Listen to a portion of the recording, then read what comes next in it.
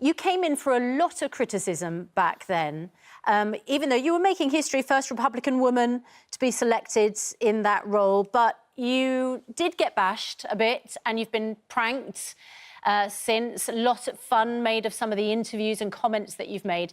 Did you find that a bruising experience? Yeah, once getting out there on that national stage and realizing that there are so many snakes in politics. There were so many snakes in the Republican Party who were running the show then, running the McCain campaign, and allowing me to get clobbered. Absolutely no defense would they offer of any of the truth regarding me, my reputation, my record.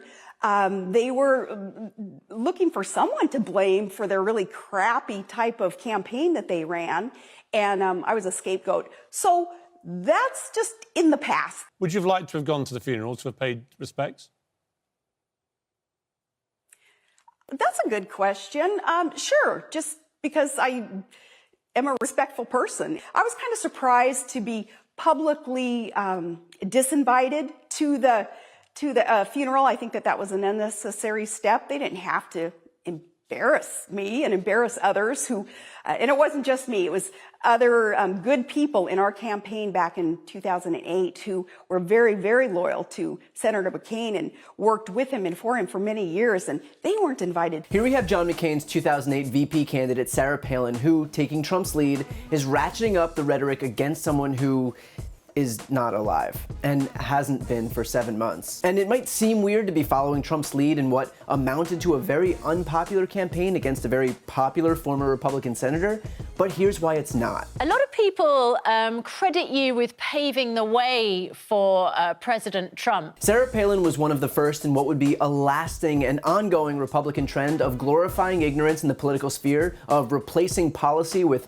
folksy blue-collar political theater, and of always playing the victim. So when Palin does things like blame the McCain campaign for allowing her to get clobbered, that's that Republican victimhood on display. Because nobody let Sarah Palin get clobbered except for Sarah Palin. Like, for example, when she was asked to name a newspaper that she reads. Not exactly a gotcha question asking a politician where they get their news. It didn't go well. And when it comes to establishing your worldview, I was curious, what newspapers and magazines did you regularly read before you were tapped for this to stay informed and to understand the world? I've read most of them, again, with a great appreciation for the press, for the media. But like what one specifically, I'm curious that you... all of them, any of them that have been in front of me over all these years. I have a vast variety of sources where we get our news to. Alaska isn't a foreign country where it's kind of suggested. It seems like, wow, how could you keep in touch with what the rest of Washington, D.C. may be thinking and doing when you live up there in Alaska?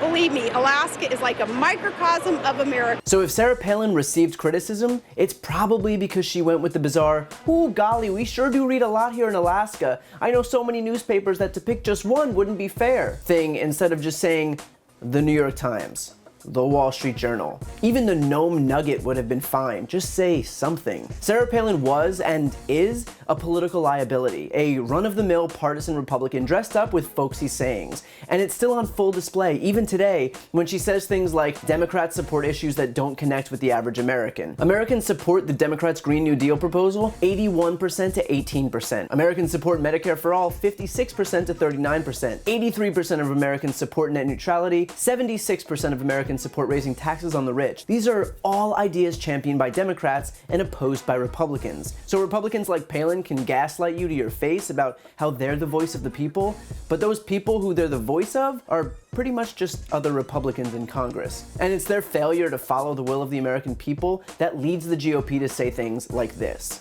They are radically anti-child. They're so pro-abortion. They're pro-illegal immigration, you know, and they're inviting and incentivizing illegal immigrants to come over here, and we can't afford to continue the programs that we have today, much less add people to the rolls of the program that more illegal immigrants would be added to. The Democrats they represent and support more taxation on the middle class, on the working class. very, very disconnected, the party as a whole. At some point, Republican supporters are going to see through the same tired talking points like Democrats want to kill your babies and Democrats want open borders. Anyone with a 9-year-old's ability to Google knows that exactly 0 Democrats are advocating for killing babies and 0 Democrats are advocating for a mass exodus of immigrants to storm the country through wide open borders. This is lazy, tired fear-mongering. And in terms of taxation, while Palin pretends that Democrats are trying to hurt the middle class, it was only last year that Republicans passed the GOP tax cut, which was a $1.5 trillion giveaway to corporations and the ultra-rich. Meanwhile, the middle class derived no benefit, while shocker, the rich did. And that giveaway has led to reduced tax revenue to pay down the debt, just the interest on which costs us nearly $400 billion this year. That's already more than the federal government spends on income security. By next year, our interest alone will be more than the federal government spends on children. By the year after, our interest will surpass the combined amount we spend on Medicaid, the Children's Health Insurance Program, and health insurance subsidies under the ACA. Within the next decade, the interest alone will cost the federal government nearly $7 trillion. All of this happened under unified Republican control of the government. So if you can explain to me how Republicans blowing up the debt to dish out money to the top 1% is helping the middle class, I'd love to hear it. So while Sarah Palin tries to cling to some shred of relevance with the same lazy misinformation that ended her political career more than a decade ago, don't hold your breath that it's going to work any better today.